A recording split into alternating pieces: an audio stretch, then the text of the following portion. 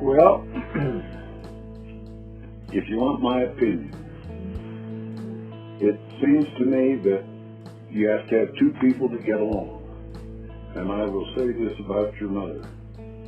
She has always been madly in love with me. And it's a two-way street. Other than that, I don't know what to say. We've just lived our life together. We've done the same things. We like the same things. We raised our children. We expected our children to live the life that we lived and have our values. And I think they've done that. And if you wanted to sum up our life, that's probably the sum of our life.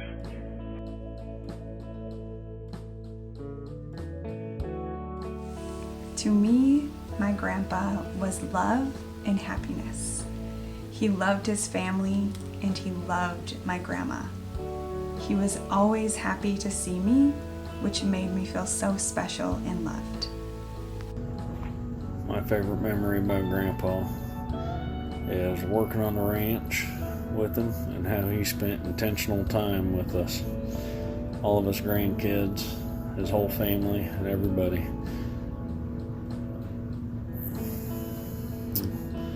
Everything from riding horses to fixing fence, working cows. All those are great memories that we'll have forever. He walked on water, come out when I was a little kid. Grandpa and I were irrigating one day. He come on the radio and I came back to the house and I told Grandma, I said, we walk on water, which we did when we were irrigating. She got a big chuckle out of it, and 30 years later we still think that Grandpa walks on water, which is pretty neat. The biggest thing that he probably ever said or pressed on us kids was to chase your dreams, whether anybody liked them or agreed with you or not. He believed wholeheartedly in chasing your dreams.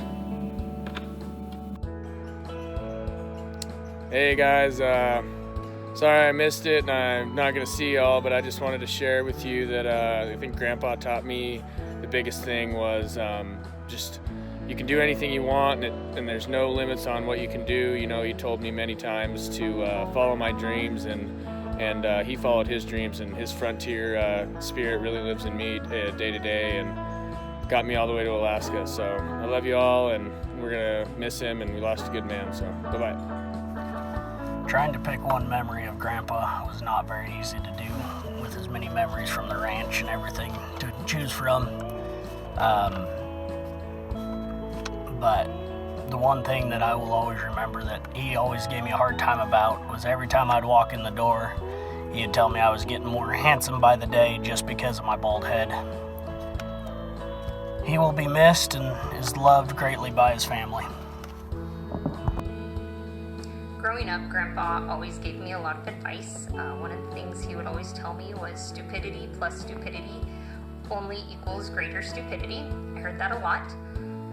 The last piece of advice he gave me was the day after my son lost his hand in an accident. He told me, honey, you're all gonna make it through this and you're gonna be okay. You just need to look at this as an adventure and just think how much you're gonna learn. And if you want advice as to how to raise kids, we think kids ought to be encouraged to do what they want to do, but they need to have the values that you think are important. But you should not be sitting on a kid all the time. He should be allowed to expand and do what they want to do, and if they get in trouble, they need to learn how to handle it without you bailing them out. When I was little, I really wanted to be in a rodeo, so Grandpa helped set up a barrel ring and helped me learn the pattern of the barrels. And we went out into the rodeo, and the horse would not go. And I kicked and kicked and kicked, and it still wouldn't go. So Grandpa came out and helped me around the first two barrels, and then he told me to take it home. And I remember going so fast around that last barrel, and when I came back, he was smiling so big, and I've never forgotten that.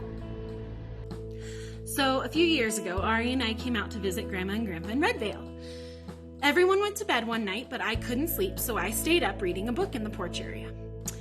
Around midnight, there was this massive crash bang, and due to being Terrified of bears and a recent mountain lion encounter I had heard about from Bree, I decided to peek through the curtains instead of open the door. It was a bear's. I was so afraid, I went to bed, hugged my daughter to me, prayed till I fell asleep, and the next morning Grandma found the mess. I confessed, and Grandpa said, "Why didn't you wake me?" My comment was, I was too scared. He laughed hysterically and never let me live it down. One of my favorite memories of Grandpa is when we were loaded up in the back of the truck with the camper shell on it, heading up to build fence first thing in the morning. And all of us cousins start freaking out because there's a scorpion in the truck bed with us. And we holler at Grandpa, and his response was, "Oh well, you'll be fine." And he was absolutely right. We were fine. Thank you. We'll miss you. Love you. I'm having a hard time putting into words how much Grandpa meant to me. I loved how much love he had for his whole family and how much he supported us even if he didn't agree with the decisions that we were making. My favorite memories were being at the ranch, cowboying with him, helping out during deer season. I enjoyed the winters he spent down in Arizona that I had to spend time with him and my children. My favorite memory of Grandpa was from last year, and I was coming back through Colorado from Utah, and I stopped to see Grandma and Grandpa, and I just stayed with them for a couple days, and we got to watch old westerns, and I got to listen to Grandpa tell me stories about him and Grandma, you know, traveling up to Alaska 3 different times, and I just loved hearing the stories about their trips they took together. I remember Grandpa singing love songs to us as little girls. I remember Brian and I driving from Virginia to Titusville our senior year of college to go to Uncle Donald's funeral with Grandma and Grandpa, and how they said it meant a lot to them. And I will never forget these last few years and just the privilege that Grandpa allowed me of being an advocate for him in some hard places, along with so many others. And I'm just blessed by my Savior to have been his granddaughter, to be a Dylan, and to see so much of him in all of you. Blue Creek shenanigans, 2 grandparents, 10 grandkids, 1 motorhome, the Pure Country soundtrack, and a trip to Yellowstone. A trip when I was in college, just me and Grandma and Grandpa, to a wedding in Pennsylvania. We had good times and almost 40 years of conversations. Grandpa admired confidence, even when he didn't agree. I know who I am, and I know where my hope comes from. Grandpa gave me permission and encouragement to think for myself. You started good things, Grandpa, and we're going to keep them going. Adding our own flair, of course. I think my earliest memory of Grandpa was the first time we went horseback riding. I was probably about 4, and we was riding from the ranch house down to the gate and back, which isn't that far. And as soon as we started, I remember Grandpa telling me to quit bobbling my head so much, and so I focused on that. And I was really focused on that, and by the time Grandpa looked back, my saddle was about halfway to 3/4 of the way coming around the horse because the cinch wasn't quite tight, and we stopped. We got it all fixed, but that's probably one of my first memories of Grandpa. Hey y'all, it's Steven. Just wanted to say I love you and miss you, Grandpa. I'm proud to be a part of your legacy. It's not very often that you get to grow up and meet your hero, but I was lucky because I got to grow up with my hero. And Grandpa always pushed me, helped me to be a better person, and whether we were working fence or working cows or riding through Blue Creek somewhere, he was always pushing me to think for myself, to learn as much as possible, to always be learning how to live and how to love. He will be greatly missed.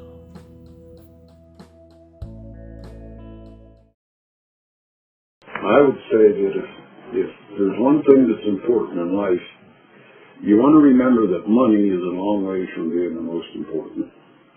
Your family is much, much more important than money. And Grandma and I have never wanted for anything, but we've never had a lot of money. But if we had it to do over again, as far as I'm concerned, we'd live the life we've lived, because we have lived an exciting life. He wore starched white shirts, button at the neck, and he'd sit in the shade and watch the chickens peck. And his teeth were gone, but what the heck?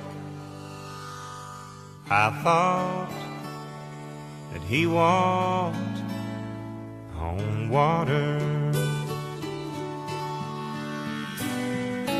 Said he was a cowboy when he was young. He could handle a rope, and he was good with a gun. And my mama's daddy was his oldest son. And I thought that he walked on water. And if the story was told, only heaven knows. But his hat seemed to me like an old halo. And though his wings, they were never seen, I thought that he walked on water. But he tied a cord to the end of a mop and said, son, here's a pony, keep her at a trot. And I'd ride in circles while he laughed a lot. Then I'd flop down beside him. And he was 90 years old in 63, and I loved him and he loved me. And Lord, I cried the day he died, 'cause I thought that he walked on water. But if the story was told, only heaven knows. But his hat seemed to me like an old halo. And though his wings, they were never seen, I thought that he walked on water. Yeah, I thought that he walked